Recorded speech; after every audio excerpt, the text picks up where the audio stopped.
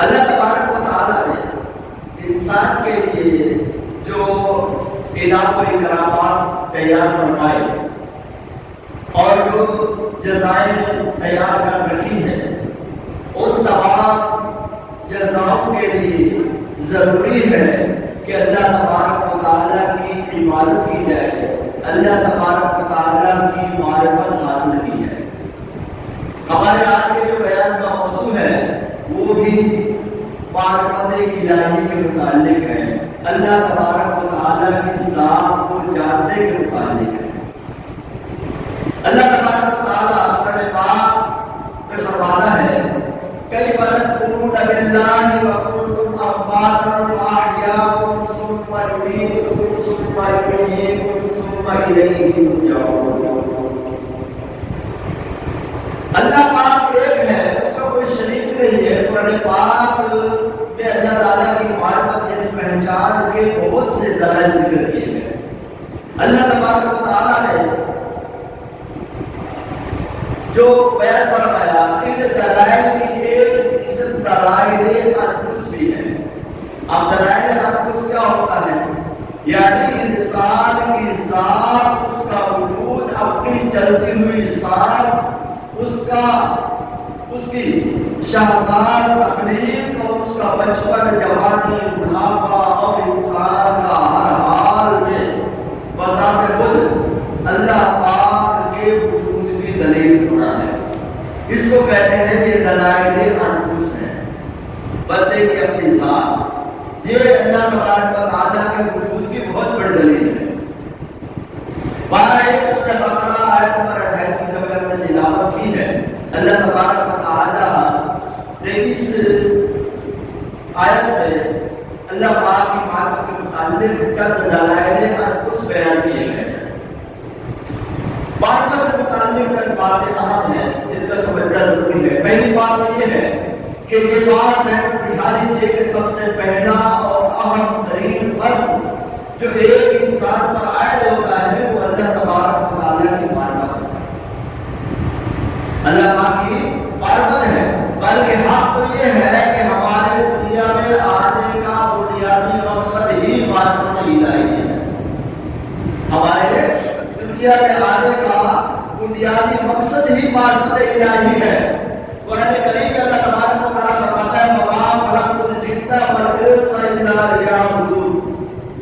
میں نے جن و آدمی اسی لیے بنائے کہ میری عبادت کرے۔ اس آیت کی تفسیر میں امام مجاہد رحمۃ اللہ تعالیٰ نے فرماتے ہیں، امام مجاہد تفسیر کے بہت بڑے امام ہیں۔ کسی مفسر کی تفسیر امام مجاہد کے قول کے بغیر پوری نہیں ہوتی۔ وہ حضرت عبداللہ عباس امام مجاہد ان کی تفاسیر کا سہارا لے کر ہی آگے بڑھ سکتا ہے، ورنہ اس کی تفسیر پوری نہیں ہوتی۔ امام مجاہد فرماتے ہیں اس آیت میں عبادت سے مراد معرفت ہے، یعنی مطلب یہ ہوگا کہ میں نے انسان اور جن اسی لیے پیدا فرمائے تاکہ میری معرفت حاصل کرے، اللہ کی معرفت حاصل کرے۔ انسان کی پیدائش کا بنیادی مقصد اللہ کی معرفت حاصل کرے، یہ ضروری ہے۔ ایک حدیث قدسی ہے جسے بڑے بڑے اولیاء کرام نے ذکر کیا اور بڑے بڑے وسائل نکالے۔ اللہ پاک فرماتا ہے کنت کنزا مخفیا، میں ایک چھپا ہوا خزانہ تھا۔ اللہ فرماتا ہے کنت کنزا مخفیا، میں ایک چھپا ہوا خزانہ تھا۔ فاحببت ان اعرف، تو میں نے چاہا کہ پہچانا جاؤں۔ کنت کنزا مخفیا، میں چھپا ہوا خزانہ تھا، میں نے یاد کیا۔ فاحببت، تو میں نے چاہا ان اعرف کہ میری پہچان ہو، میں پہچانا جاؤں۔ چنانچہ پھر کیا ہوا؟ فخلقت الخلق لتعرف، میں نے مخلوق کو اپنی پہچان کے لیے پیدا کیا۔ میں نے مخلوق کو اپنی پہچان کے لیے پیدا کیا تاکہ مخلوق میری پہچان کرے۔ ہمیں پیدا ہی اس لیے کیا گیا ہے تاکہ ہم اللہ تعالیٰ کی پہچان حاصل کریں۔ اور بہت بڑی بات ایک حدیث پاک ہے، سیدنا صلی اللہ تعالیٰ علیہ وسلم نے فرمایا، یہ جو حدیث ہے یہ مسند الفردوس کیا ہے؟ فرمایا کہ سرکار صلی اللہ علیہ وسلم فرماتے ہیں میرے اور آپ کی، سرکار صلی اللہ علیہ وسلم فرما رہے ہیں اگر تم اللہ پاک کی ایسی معرفت حاصل کرو جیسے اس کی معرفت حاصل کرنے کا حق ہے تو ضرور تم سمندروں پر چلو اور تمہاری دعا سے پہاڑ اپنی جگہ سے ٹل جائے۔ اگر تم اللہ تبارک و تعالیٰ کی ایسی معرفت حاصل کر لو، یہ جو اللہ والے، یہ جو جنید دولانی، یہ جناب پہاڑ جناب دریا پہ چل رہے ہیں، چلتے چلے جا رہے ہیں، چلتے چلے جا رہے ہیں، اب لا علم، بے عقل، بے صبر، بے سمجھ انسان اعتراض کرتا ہے یہ تو کسے کہا گیا ہے؟ سرکار فرما رہے ہیں اگر تم اللہ پاک کی ایسی معرفت حاصل کر لو جس سے جیسا کہ اس کی معرفت حاصل کرنے کا حق ہے تو ضرور تم سمندروں پر چلو، سمندر میں نہیں، سمندر میں تو ہر بھی چلتا ہے، تو تم ضرور سمندروں پر چلو اور تمہاری دعا سے پہاڑ اپنی جگہ پہ سے ٹل جائے۔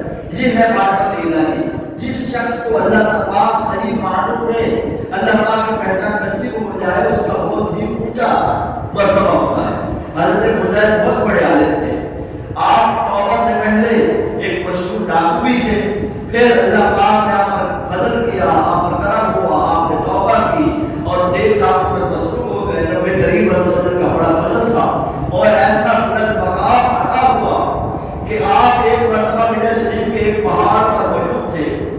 آپ نے فرمایا اگر کوئی ولی اللہ اس پہاڑ کو پھیلنے کا حکم دے تو یہ پھیل جائے گا۔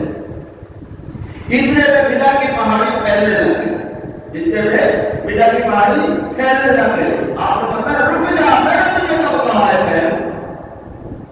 یہ حضرت حذیفہ فرما رہے ہیں، یعنی سید عالم صلی اللہ علیہ وسلم کے فرمان کے مطابق جو شخص اللہ کی معرفت ایسی حاصل کر لے جیسے اس کی معرفت حاصل کرنے کا حق ہے تو اللہ تبارک و تعالیٰ کے محبوب نے فرمایا ہے تم سمندروں پر چلو اور تمہارے لیے پہاڑ پگھلنے لگے۔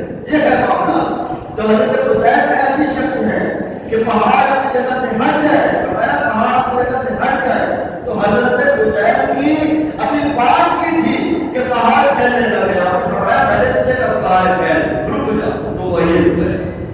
اللہ تبارک و تعالیٰ کے محبوب نے یہ فرمایا کہ میرے رب عز و جل کی معرفت حاصل کرنے والوں کو یہ مرتبہ ہوگا، اور وہی پہ یہ سنتے ہی پہاڑ ساکت ہو گیا، رک گیا۔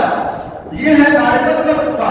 اللہ کی پہچان جسے مل جاتی ہے وہ ایسے بڑے مقام تک پہنچ جاتا ہے۔ اس لیے اللہ تبارک و تعالیٰ کے جو نیک بندے ہوتے ہیں یہ اس طرح کی جگہ ان کے دل کے آداب، ان کے جو معاملات ہوتے ہیں یہ چلتے ہیں، چلتے چلے جاتے ہیں۔ یہ کوئی کام کرتے ہیں، پکڑتے ہیں، سمندر کے اندر ہاتھ ڈال کر کشتی نکال دی جناب، یا آپ رحمۃ اللہ تعالیٰ نے جو جوتا پھینکا ہوا حضور سیدنا وسیعت رحمۃ اللہ تعالیٰ نے وہ جا کر ڈاکو کے سروں پر لگا اور سر پر لگا، ان ڈاکو کو قتل کر دیا، گیا جوتا۔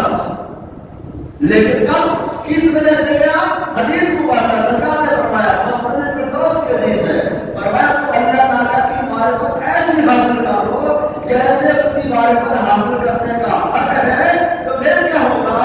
فرمایا کہ تمہاری دعاؤں سے تم سمندروں پر چلو اور تمہاری دعا سے پہاڑ کیا کرے؟ اپنی جگہ سے ہٹنے لگے۔ تو یہ ہے معاملہ۔ اللہ تبارک و تعالیٰ کے نیک بندوں کا معرفت کیسے ملتی ہے؟ بنیادی سوال یہ ہے، معرفت کیسے حاصل ہوتی ہے؟ حضرت جعفر حموی رحمۃ اللہ تعالیٰ اس کے متعلق بڑی گفتگو فرماتے ہیں، تفصیل گفتگو کی۔ نتیجہ یہ نکالا کہ اللہ پاک کی معرفت نہ تو علم سے ملتی ہے، نہ عقل سے ملتی ہے، اور نہ ہی اس کی معرفت جو ہے وہ کسی اور ذریعے سے ملتی ہے، صرف اور صرف اللہ کے فضل سے ملتی ہے۔ جسے اللہ پاک نے فضل کیا اسے معرفت نصیب ہو جاتی ہے۔ اللہ کو راضی کرنے والے کام کرے، اللہ تبارک و تعالیٰ راستے کھول دیتا ہے۔ من جاء فینا لنهدینہ سبلنا، جو ہماری طرف کوشش کرے ہم اس کے راستے کھول دیتے ہیں۔ اور اس کو راستوں کی ہدایت دے دیتے ہیں. یہ اللہ والے اتنے بڑے بڑے مرتبوں پہ اسی لیے چلے گئے. انہوں نے کھڑے ہو کر نبی اللہ کو کلمہ پڑھا دیا. کیسے پڑھا دیا بھائی؟ ایک کٹورا لے کر بھیجا, فرمایا جاؤ جا کر نبی علیہ السلام کا پانی لے کر آؤ. اس نے خادم نے, اس ساتھ آپ کے غلام نے وہ کٹورا ہمارے ساگر میں ڈالا, سارا کا سارا پانی پی گیا. اب کفار بندے چلاتے ڈرتے روتے آ گئے, حضور معاف کر دے, گستاخی ہو گئی. فرمایا جاؤ یہ کٹورا واپس ڈال دو. وہ کٹورا واپس لے کے گیا, واپس ڈالا. وہ کٹورے کے ڈالتے ہی ہمارا ساگر جو تھا وہ پورا کا پورا بھر گیا. یہ مسئلہ حضرت سیدنا خواجہ فرید چشتی بری رحمۃ اللہ علیہ کی کرامت ہے. کس وجہ سے کہ جس نے اللہ تبارک و تعالیٰ کو ایسے پہچانا جیسے اس کو پہچاننے کا حق ہے, تو اللہ تعالیٰ اس کے لیے یہ احسان فرماتا ہے. تو پہچان ہونی چاہیے, پہچان ہوگی تو کام ہوگا, بغیر پہچان کے نہیں ہوتا. حضرت سیدنا داتا بخش رحمۃ اللہ علیہ فرماتے ہیں اس دنیا میں بہت سارے لوگ آئے جنہوں نے اپنی عقل سے اللہ تعالیٰ کو پہچاننا چاہا مگر ناکام ہے. کسی نے اپنے علم سے اللہ پاک کو پہچاننا چاہا مگر ناکام ہے. نتیجہ میں کسی نے خدا کو چاند کو خدا بنا لیا. آپ چاند پرستی کیوں ہو رہی ہے؟ اللہ تبارک و تعالیٰ کو پہچاننے لگے لیکن عقل سے, تو چاند کو دیکھا کہ یہ بغیر کسی آسرے کے چل رہا ہے, نہ اس کو کوئی آگے کھینچنے والا, نہ اس کو پیچھے پیچھے کھینچنے والا, نہ اس کے ساتھ کوئی رسی بندی ہوئی ہے, نہ اس کے ساتھ کوئی مشین ہے جو روٹیشن مشین ہے جس کو روٹیٹ کر رہی ہو. دنیا کی کوئی بھی پاور انرجی بغیر کسی تھرڈ اسپورٹ کے روٹیٹ نہیں کرتی, لیکن چاند سورج ہے یہ روٹیٹ کر رہے ہیں اور خلا بھی روٹیٹ کر رہے ہیں جہاں اس کو ہوا بھی نہیں دھکیل رہی. تو اس نے یہ دیکھا کہ جناب یہ ایسے چل رہا ہے, بولا یہ میرا خدا ہے. وہ چاند کو خدا بنا بیٹھا. کسی نے اپنے علم سے اللہ تعالیٰ کو پہچاننا چاہا تو نتیجہ تھا چاند کو خدا بنا دیا. کسی نے سورج کی پوجا شروع کر دی, کوئی جنتوں کو اپنا رب ماننے لگے کہ یہ مان لیتے ہیں, کوئی گاؤں ماتا کو اپنا خدا بنا کے بیٹھ گیا کہ یہ گاؤں ماتا ہے. کسی نے بندر کو خدا بنا لیا, کسی نے چقندر کو خدا بنا لیا. اب کیا ہے, اپنے عقل سے لوگوں نے, اپنے علم کے ذریعے لوگوں نے معرفت حاصل کرنا چاہیے. غرض اللہ پاک کی پہچان نہ تو عقل سے ملتی ہے نہ علم سے ملتی ہے. یہ پہچان جسے بھی ملتی ہے اللہ کے فضل سے ملتی ہے. جب بندے پر اللہ کا فضل ہو جاتا ہے تب اس کی عقل بھی روشن ہو جاتی ہے, اس کے دل میں پورے معرفت بھی اتر جاتا ہے. نتیجہ کیا نکلتا ہے؟ پھر بندے کو کائنات کے ذرے ذرے میں رب کریم کے وجود اور اس کی قدرتوں کے نشان نظر آتے ہیں.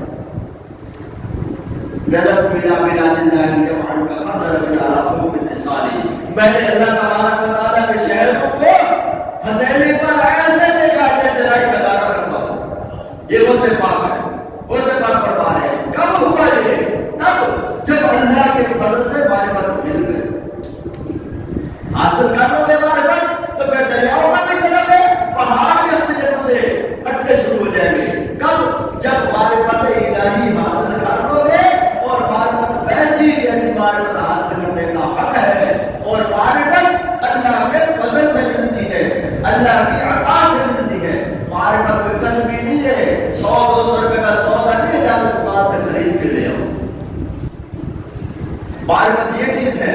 اب بنی اسرائیل میں ایک شخص تھا جو گائے کی پوجا کیا کرتا تھا. ایک دن وہ اپنی گائے کو لے کر کسی باغ میں پہنچا. گائے چارہ چل رہی تھی کہ اچانک بادل آ گئے, بجلی چمکنے لگی. بادل کی خوفناک گرج اور بجلی کی کڑک سے جب گائے کے کانوں میں وہ کڑک پڑی تو گائے جا کر بھاگ کھڑی. یہ وہ وقت تھا کہ جب اس مشرک پر اللہ تعالیٰ کا فضل ہوا. وہ سوچ میں پڑ گیا کہ یہ گائے بادل کی بجلی سے اور کڑک سے یہ بھاگ گئی, یہ ڈر رہی, یہ ہرگز خدا نہیں ہو سکتی. یہ کیسا خدا ہے؟ مصیبت آنے پر تو بن کے بھاگ گیا. یہ تو خدا نہیں ہو سکتا. اللہ تبارک و تعالیٰ نے اس کو یہ معرفت عطا کی. یہ سوچ کر اس نے آسمان کی طرف نگاہ اٹھائی اور اے بادلوں کے رب کہہ کر اللہ پاک کو پکارنے لگا. اسی وقت اللہ تعالیٰ نے اس وقت نبی کی طرف جا کر کلمہ پڑھائیے اور دین کے بنیادی باتیں بھی سکھا دیجیے. یہ ہے اللہ کا فضل. معرفت جب عطا ہو جاتی ہے تو پھر یہ کام ہو جاتا ہے. اللہ تبارک و تعالیٰ جب احسان کرتا ہے تو پھر یہ ہوتا ہے. معرفت الہی یوں حاصل ہوتی ہے. فرمایا کہ تم میں سے جو بھی معرفت حاصل کر رہے ہیں پھر ایسی معرفت جیسے اس کی معرفت حاصل کرنے کا حق ہے تو پھر فرمایا کہ تم سمندروں پر چلو اور پہاڑ تمہارے پاس سے اسے ہٹنے لگے. یہ ہے معرفت. اللہ تبارک و تعالیٰ کا فضل اب کس طریقے سے پایا جائے یہ بھی بڑی بات ہے کہ معرفت تو مل رہی ہے اللہ کے فضل سے. یہ بات تو آ گئی سمجھ لیں. اب اللہ تبارک و تعالیٰ کا فضل کہاں سے ہے؟ حضور دانا جیلوی رحمۃ اللہ تعالیٰ اس کے جواب دیتے ہوئے فرماتے ہیں جب بندہ اپنی ہستی کو مٹا دیتا ہے اسے معرفت مل جاتی ہے اور اسے معرفت حال کہتے ہیں. مٹا دے اپنی ہستی کو اگر کچھ مرتبہ چاہے کہ دانا ہاتھ میں مل کر انہیں گزار ہوتا ہے. بظاہر تو یہ ہے کہ اس دانے کو مٹی میں ڈال دیا گیا. وہ مٹی ہے, مٹی میں ڈالا, مٹی ہے, کسی کام کا نہیں ہے, پھینک دیا اور پھینکا, چڑیا چپ کے چلی گئی, پھینکا ختم ہو گیا, تھائی نظر سے کٹا ہوا ضائع ہو گیا, دانا تھا پیدا ہی نہیں ہوا. اللہ تعالیٰ نے حکم دیا وہ مٹی میں مل گیا نا, مٹی سے نکالو دانے کو. کس کام کا آپ دیکھیں گے خراب ہے. مٹی دانے سے زیادہ مٹی کے زراعت اس پر لگے ہوئے ہیں, لیکن یہی دانا خاک میں مل کر انہیں گزار ہوتا ہے. اسی سے گلاب بھی آ رہے ہوتے ہیں, اسی سے چمیلی بھی آ رہی ہوتی ہے, اسی سے چمبا بھی آ رہا ہوتا ہے, اسی طرح آپ مختلف طرح کے پھول بھی نکال رہے ہیں, پھل بھی نکال رہے ہیں. دانا تو مٹا دے اپنی ہستی کو, اپنے آپ کو مٹانا پڑتا ہے. اپنے آپ کو مٹائیں گے تو معرفت ملتی ہے. اسے معرفت حال کہتے ہیں. مطلب یہ ہے کہ جب بندہ اپنی میں کو ختم کر دیتا ہے تب اسے اللہ تبارک و تعالیٰ کا فضل نصیب ہو جاتا ہے, اور جب فضل نصیب ہوتا ہے تو اسے اللہ پاک کی معرفت مل جاتی ہے. نتیجہ یہ نکلا کہ اللہ پاک ہے, وہی وہ ایک ہے, اس کا کوئی شریک نہیں. اس بات کے دلائل تو خود ہمارے 5-6 فٹ کے قد کے اندر بھی موجود ہے. ہاں جی, ہمارا یہ قد ہے نا 5-6 فٹ کا, اس کے اندر اللہ تبارک و تعالیٰ کی وحدانیت کے دلائل موجود ہیں.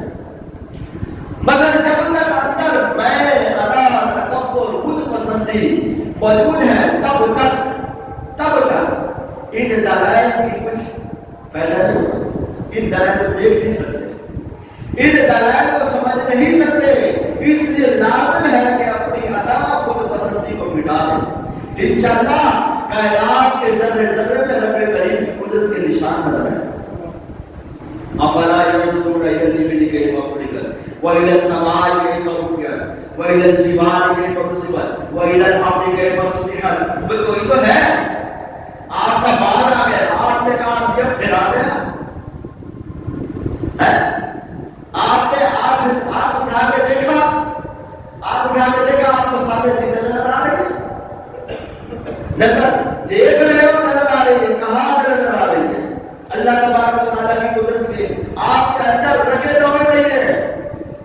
آپ ہاتھ ہلا رہے ہو, پکڑ کے نہیں ہلا رہے ہو, ہاتھ ہلا رہے ہو, پکڑ رہے ہو, چل رہے ہو, پھر رہے ہو. اللہ تبارک و تعالیٰ کی قدرت کے وظاہر نہیں تو اور کیا ہے. انسان مٹ جائے یہ خودی تو وہ جذبہ کہاں نہیں. ڈرتا میں اپنی نظر پہ حجاب, ڈرتا میں اپنی نظر پہ حجاب ہوں. مٹ جائے خودی, مٹ جائے یہ خودی, انا میری انا, تو وہ جذبہ کہاں نہیں. اللہ تبارک و تعالیٰ کی ذات کی معرفت حاصل کرنے کے لیے ضروری ہے کہ انسان اپنے آپ کو مٹائے. تو حاصل یہ ہوا کہ معرفت اللہ تبارک و تعالیٰ کی پہچان حاصل کرنے کے لیے اللہ کا فضل ضروری ہے. اللہ تبارک و تعالیٰ کا فضل پانے کے لیے ضروری ہے کہ انسان اپنے آپ کو مٹا دے. جو اللہ تبارک و تعالیٰ نے حکم دے دیا اسی پر عمل کرے, اور اس شعر کا مصداق ہو جائے جے سوڑا میرے دکھ میں جراجی سکرو چلے پاؤ. میرا رب جب اس حال میں راضی ہے تو جس حال میں راضی ٹھیک ہے بھائی,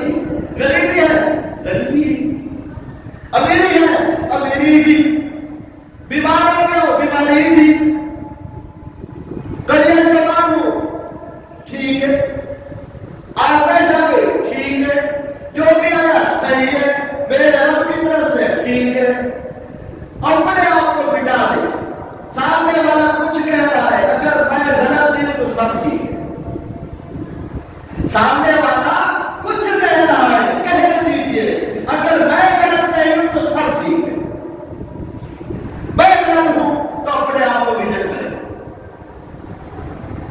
ایکسپلور یور سیلف، اپنے آپ کو وزٹ کرو، اپنے آپ کو چیک کرو، اپنے آپ کو پٹرولو. اس کے اندر کوئی کچرا وچرا تو نہیں ہے، اس کے اندر کوئی خرابی تو نہیں ہے. جب یہ خرابی نکال لیتے ہیں تو پھر اپنا آپ نظر آنے لگتے ہیں. من عرف نفسہ عرف ربہ، جس نے اپنے ذات کو دیکھ لیا، اپنے نفس کو پہچان لیا، اس نے اپنے رب کو پہچان لیا. یہ تب ہوگا جب ہم اپنے آپ کو مٹا دیں. تو اللہ تبارک و تعالیٰ کے فرمان آیت کی مختصر گفتگو کی طرف آتے ہیں، وقت تھوڑا ہے. اللہ تبارک و تعالیٰ فرماتا ہے کیف تکفرون باللہ، تم کیسے اللہ کے منکر ہو سکتے ہو؟ یہ تعجب کے لیے کیسے ہو سکتا ہے؟ تم کس طرح میری بات کا انکار کر سکتے ہو؟ میرا تو تم پر بھی احسان ہی ہے، تم پر بھی احسان ہے. جیسے آپ لوگ آپس میں گفتگو کر رہے ہو تو سمجھنے کے لیے بات کر رہا ہوں، آپ سمجھاتے ہو کیا میں نے سنجیو نہیں کی ہے، تم اس سے لڑتا ہے. خصوصاً جب باپ اپنے بیٹے کو بتا رہا ہوتا ہے کہ تو چھوٹا نہیں تھا، تو چھوٹا تھا، میں نے تجھے بڑا کیا، تیرے لیے کما کے لایا، تیری خدمت کیا، شادی شدہ ہو گیا، بیوی بچوں والا ہو گیا، مجھے رفیق نہیں کراتا ہے. تعجب ہو رہا ہے. اور کیسے کیف تکفرون باللہ، تم اللہ کے منکر کیسے ہو سکتے ہو، کیسے انکار کر سکتے ہو؟ حالانکہ وَكُنْتُمْ أَمْوَاتًا فَأَحْيَاكُمْ ثُمَّ يُمِيتُكُمْ ثُمَّ يُحْيِيكُمْ، تو حالانکہ تم مردہ تھے تو اس نے تمہیں پیدا کیا، ثُمَّ يُحْيِيكُمْ، اس نے تم مردہ تھے، اس نے تمہیں کیا کیا؟ پیدا کیا، پھر وہ تمہیں موت دے گا. فَأَحْيَاكُمْ ثُمَّ يُمِيتُكُمْ، تم مردہ تھے، فَأَحْيَاكُمْ، اس نے تمہیں پیدا کیا، زندہ کیا، پھر کیا ہوگا؟ ثُمَّ يُمِيتُكُمْ، پھر وہ تمہیں موت دے گا. ثُمَّ يُحْيِيكُمْ، پھر تمہیں اٹھائے گا. ثُمَّ إِلَيْهِ تُرْجَعُونَ، پھر تمہیں اس کی طرف بلٹنا ہے، پھر اس کی طرف لوٹا دیا جائے گا. یہ انسان کی 5 حالتیں ہیں، اموات، فاحیاء، ثم یمیتکم، ثم یحییکم، ثم الیہ ترجعون. یہ 5 انسان کے ساتھ اوصاف حالتیں ہیں. ان میں اللہ پاک ہر حال ہر حالت پر اللہ پاک کے وجود کی ایک مستقل دلیل ہے. کیسے ہے؟ انسان کی جو پہلی حالت ہے کنتم امواتا، یہ پہلی حالت ہے انسان کی کہ تم کچھ بھی نہ تھے، کچھ بھی نہ تھے. اللہ تبارک و تعالیٰ فرماتا ہے هل أتى على الإنسان حين من الدهر لم يكن شيئا مذكورا، بے شک آدمی پر ایک وہ وقت گزرا کہ وہ کوئی چیز قابل ذکر نہ تھا، یعنی ایسی چیز نہ تھی کہ جس کا ذکر کیا جائے. یہ ایک طرح سے ہمارے تکبر کی کاٹ ہے، ہماری ادا اور ہماری میں کی کاٹ ہے. ہمیں احساس دلایا جا رہا ہے کہ اگر تم خدا کا انکار کر سکتے ہو، کیسے کر سکتے ہو؟ اس قادر و قیوم کے مقابلے میں خود کو کیسے لا سکتے ہو؟ اس کے احکام کے مقابلے میں اپنی خواہشات کو کیسے ترجیح دے سکتے ہو؟ حالانکہ تم کچھ نہیں تھے، کوئی قابل ذکر چیز ہی نہ تھے. اپنی اس حالت پر غور کرو، کسی کے خیال میں تصور تک نہیں ہوتا نہیں تاکہ کوئی ہے جسے تمہیں وجود دے دیا. اللہ تبارک و تعالیٰ نے کچھ بھی نہیں ہے اور وجود دے دیا. کیا اب تمہیں لائق ہے کہ تم تکبر کرو؟ اپنی طاقت، اپنی قوت، اپنے عقل اور اپنے علم کے بھروسے رب کریم کی قدرت کا انکار کرتے ہو؟ کیا تمہاری یہ حیثیت ہے کہ اللہ پاک کی کے احکام اور قوانین کو اپنی عقل میں ٹٹولنے لگو، تولنے لگو؟ نہیں، تم کچھ نہیں تھے، کچھ بھی نہیں تھے. اس نے تمہیں کچھ بنا دیا، لہذا اپنا سر اس کے حضور جھکاؤ. آج دل کی ساری کا پیکر بن کر دل کی گہرائیوں سے پکارو سبحان ربی الاعلیٰ، میرا رب پاک ہے، بلندیوں والا ہے. دیکھو کچھ نہ تھے، یہ پہلے انسان کی حالت ہے. انسان کچھ نہ تھا، ورنہ یہ کچھ نہیں ہے. انسان قابل ذکر تو کوئی چیز ہی نہ تھا. انسان کے اندر قابل ذکر ہونے کی تو کوئی چیز ہی نہ تھی، اللہ تبارک و تعالیٰ نے اس کو بنایا۔ یہ پہلی حالت تھی۔ دوسری حالت کیا ہے؟ فَأَحْيَاكُمْ، یہ ہے خدا کی شان ہے، تم بے جان تھے، اس نے تمہیں جاندار بنا دیا۔ ایک پانی کے قطرے کو جیتا جاگتا عقل و شکل والا، طاقت و قوت والا بنا دیا۔ یہ بنایا کیسے ہے؟ کچھ بھی نہ تھے، وَلَمْ يَكُنْ شَيْئًا مَّذْكُورًا۔ پانی کا قطرہ ٹپکا، یہ کیا چیز ہے؟ تھوڑی دیر میں دھوپ لگے گی، ختم، ہوا، لیکن اس سے اس نے ایک خوبصورت احسن تقویم پر انسان بنا دیا۔ فَأَحْيَاكُمْ، تمہیں اس نے پیدا کیا، جیتا جاگتا کیسے انسان بنا دیا۔ لَقَدْ خَلَقْنَا الْإِنسَانَ فِي أَحْسَنِ تَقْوِيمٍ، بے شک ہم نے انسان کو سب سے اچھی صورت میں پیدا کیا۔ اللہ تبارک و تعالیٰ کی یہ رحمت اور انسان کی یہ دوسری حالت کیسی ہے؟ ایک پنجابی شاعر نے بڑے نرالے انداز میں اللہ پاک کی حمد بیان کی، بلکہ یوں کہیے کہ ہم جو اپنے حسن و جوانی طاقت و قوت پر اکڑتے ہیں، اس شاعر نے ہمیں کہا نگ کے متھے اتنے ہوتا، ناک اگر ماتھے کے اوپر ہوتا، کان تھے دومن دے پیچھے ہوتا، اگر کان ہے وہ بدھی کے پیچھے ہوتا، اکھا ہوندیاں اونڈے ہوتے، آنکھیں کندھے کے اوپر ہوتی، دکھی وچ ایک پوچھل ہوتی، بدھی بکی یہ گمن ہے، یہاں اگر ایک تم لگی ہوتی، گوڈے کی تا پسلی ہوتی، یعنی جو گھٹنے ہیں آپ کے یہ پسلیاں ہوتی، پسلی دی تھا گوڈا ہوتا، یہاں پر اگر گھٹنے لگا لیتا رب عز و جل، بندہ بیٹا کوجا ہوتا، بندہ کتنا برا ہوتا، بندہ کتنا برا ہوتا، یعنی آنکھیں سر کے اوپر چلی جاتی، صحیح جی، وہ گدھوں پر آ جاتی، اور حال یہ ہوتا کہ جناب جو گھٹنے ہیں یہ پسلیوں پہ آ جاتے ہیں اور پسلیاں گھٹنوں میں چلی جاتی ہے، انسان کیا لگتا؟ کیا انسان ایسا خوبصورت لگتا؟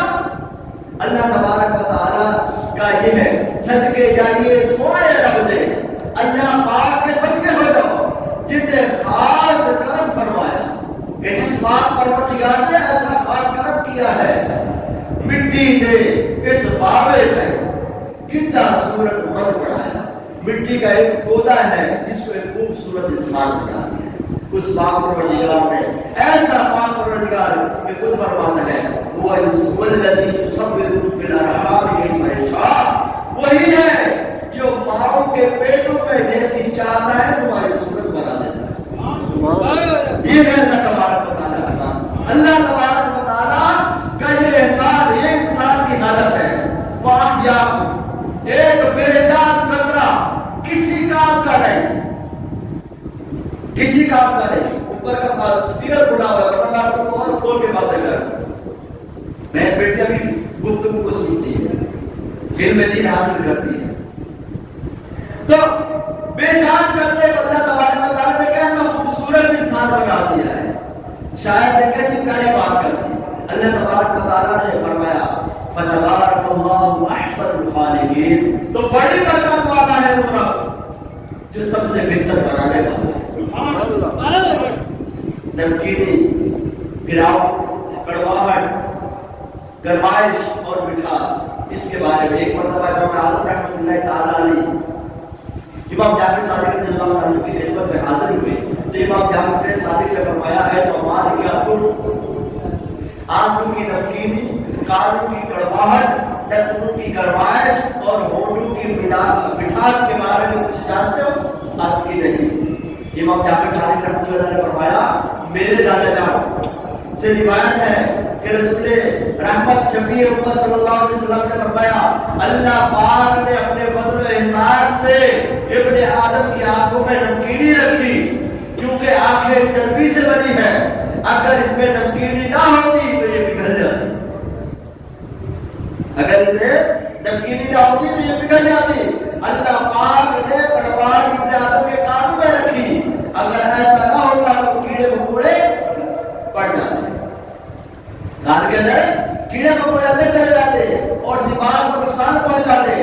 اس طرح اللہ پاک نے